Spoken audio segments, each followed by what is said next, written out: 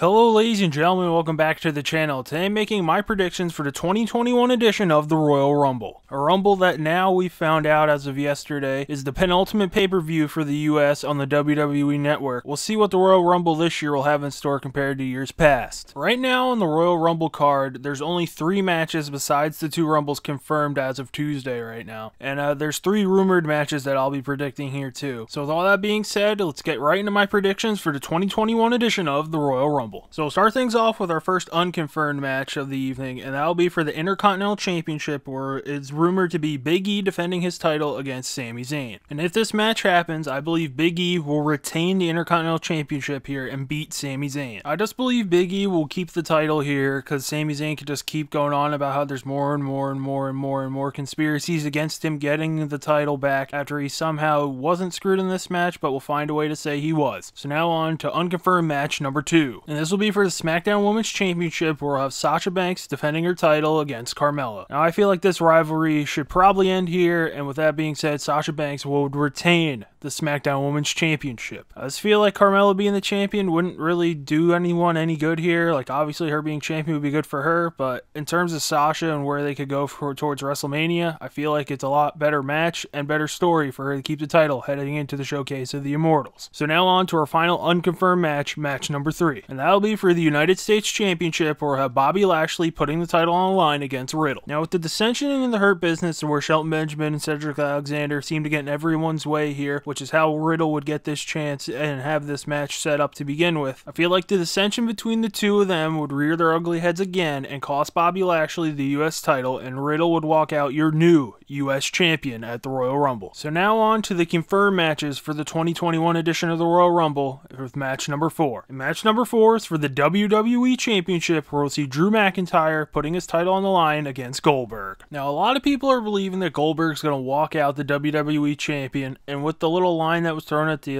Raw when they were talking about the match where this is the one title Goldberg's never had, I understand why people would think that. But if they keep the storyline where this match was about earning respect, or whatever Goldberg was saying when he first showed up during the Raw Legends Night reunion, whatever it was called, that I think Drew McIntyre is going to earn Goldberg's respect here and beat him to retain the WWE Championship. I just think that last year's WrestleMania, before everything was canceled, was supposed to be Drew McIntyre's coronation, where the fans were going to be behind him and everything, where he was going to walk out champion. When everything got canceled, they still went with it, and he's just been the champion during this no fans time. And with people being in attendance as of right now, supposedly going to happen for WrestleMania this go around in Tampa with a limited audience, I think they're just going to keep the title on McIntyre heading into WrestleMania, to where he will hopefully get the reaction they think he'll get. And then for Goldberg, for him at WrestleMania, maybe he's in like a Legends match, just him versus Edge, Spear versus Spear. They could do that if Edge doesn't win the Rumble. Does he jump ship to go to SmackDown to face Roman and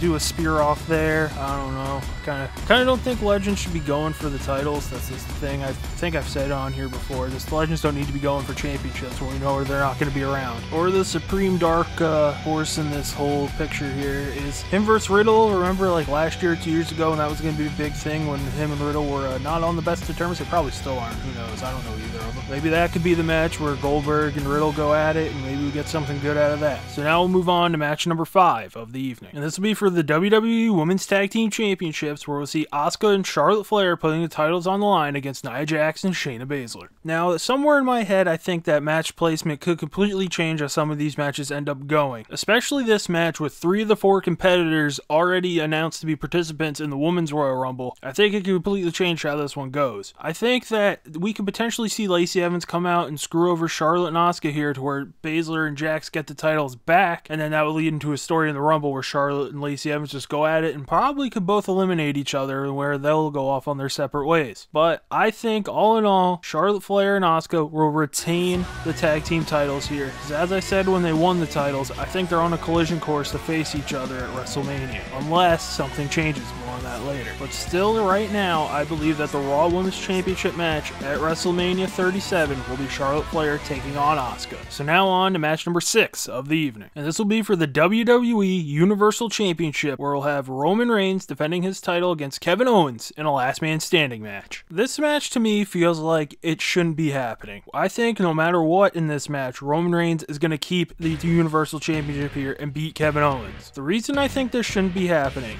is originally Unfortunately, after Owens got tossed off the 3rd tier or whatever of screens in the Thunderdome and got put through the table, I thought he was going to stay disappeared until the Royal Rumble, pop up in one of the later numbers like 27 to 30, and win the Royal Rumble match to face Roman at WrestleMania to overcome everything and become champion again. But now with this match happening, I don't see Owens winning. I see him maybe coming back in at the Rumble and just having a feud with Jey Uso, but Roman will keep the title and face someone at WrestleMania, maybe Daniel Bryan, maybe Edge comes over, maybe it's Billy Goldberg. But for Kevin Owens, I don't know where this will lead him, and if there's just something I can't think of, I don't know, but I just think this could lead to Owens WrestleMania 35 all over again, where he's just not there maybe, or he's in the Battle Royal if that happens this go around. So now on to match number 7, the first Royal Rumble match of the evening. And this will be the Women's Royal Rumble match, where we currently have listed for participants who've announced to be in the Rumble are Nia Jax, Charlotte Flair, Bianca Belair, Bayley, Mandy Rose, Dana Brooke, Peyton Royce, Alexa Bliss, Shayna Baszler, Liv Morgan, Ruby Riott, and Tamina. Now, a few surprise entrants I could see showing up in this year's Rumble. They could just show up.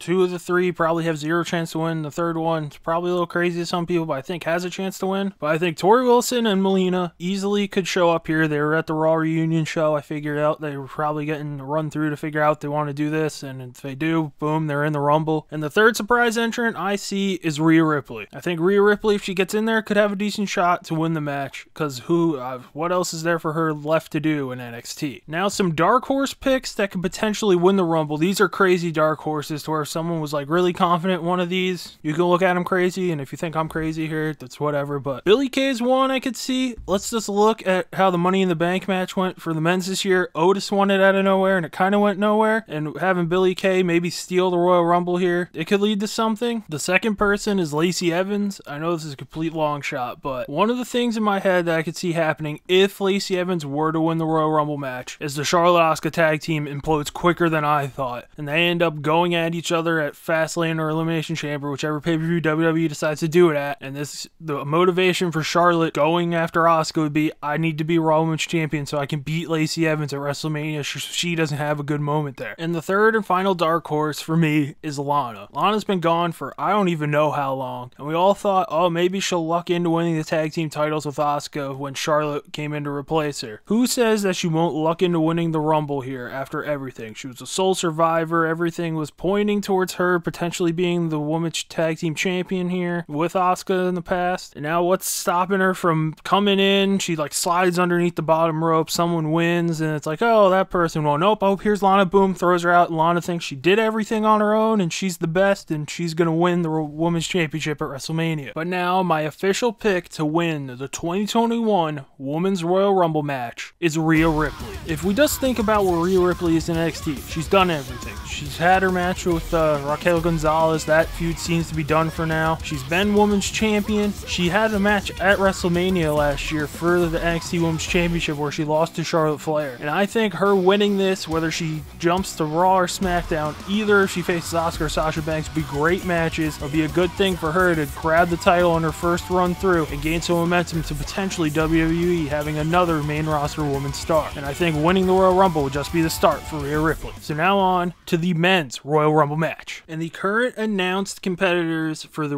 men's Royal Rumble match are Daniel Bryan, Bobby Lashley, AJ Styles, Randy Orton, Otis, The Miz, Jey Uso, Cesaro, Jeff Hardy, Sami Zayn, Dolph Ziggler, Shinsuke Nakamura, Big E, John Morrison, Sheamus, Mustafa Ali, and Edge. Now, some surprise of people I could see showing up in the Men's Royal Rumble this year are Adam Cole. His time in NXT and the entire Undisputed Era, for the most part, kind of seems like it's kind of coming to an end to me. And Adam Cole's been in a Rumble in the past where after his match with Aleister Black on the TakeOver, he showed up the next night. I think that was in Philly. I could see him showing up in this Rumble. NXT Champion Finn Balor I could see showing up into this Rumble match just to be like, hey, it's the NXT Champion kind of look here. And I could see him having a little run there to where it's like, oh, NXT's got something here, even though we all know Finn Balor's pretty good. And the last surprise, I think, is Seth Rollins making his comeback to WWE. I could see Seth Rollins coming back and being where he was for WrestleMania 35 instead of his Messiah. Maybe the Messiah is no more. The main reason I think Seth Rollins could come back is I just see people on the internet just talking about how he could come back with his new entrance song, and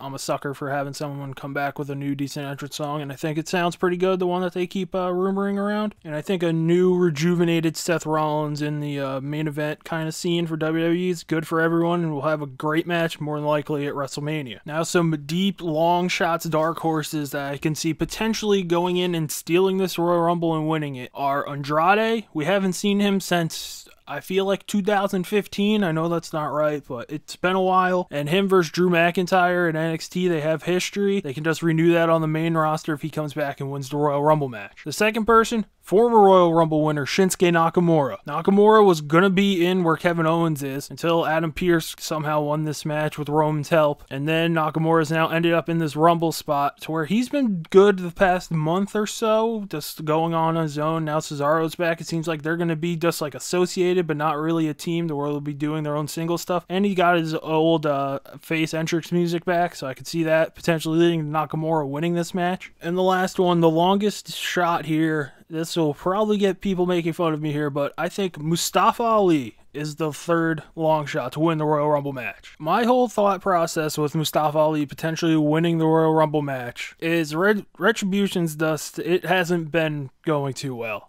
And a way to probably rehab the group is having the leader go in and win the Royal Rumble to where he's going to have months of time to build up equity back into the group to where Retribution could be looked at as a real force, hopefully. And then WWE could have another group on their hands that they could do something with. So now on to the realistic winners I think we could see in this men's Royal Rumble match. It comes down to two people for me. It comes down to Daniel Bryan and Edge. The reason I think Daniel Bryan probably is the favorite in most people's eyes is because the built-in storyline with him and Reigns is just there, and it's easy and it's a good story, and we know these two know how to put on great matches together. They've done it in the past. They can do it again. So where Roman's going to be like, I'm the guy, I took this or whatever, but in reality, Daniel Bryan's going to push that, hey, we know you've been chosen as the person. I'm the person not supposed to be here. I'm probably actually supposed to be having a match with Sheamus right now until this came up. And the reason I think Edge is probably second, if not just a 1B, probably more than likely a 1B to Daniel Bryan's 1A in this situation, is just Edge going for a title that he never lost is a built-in story, and this is the same arena that was supposed to be his epic comeback match where he was going to face Randy Orton until everything stopped, and him winning the Rumble could just dress up the crowd even more and maybe draw a lot more interest into the show. But when it's all said and done,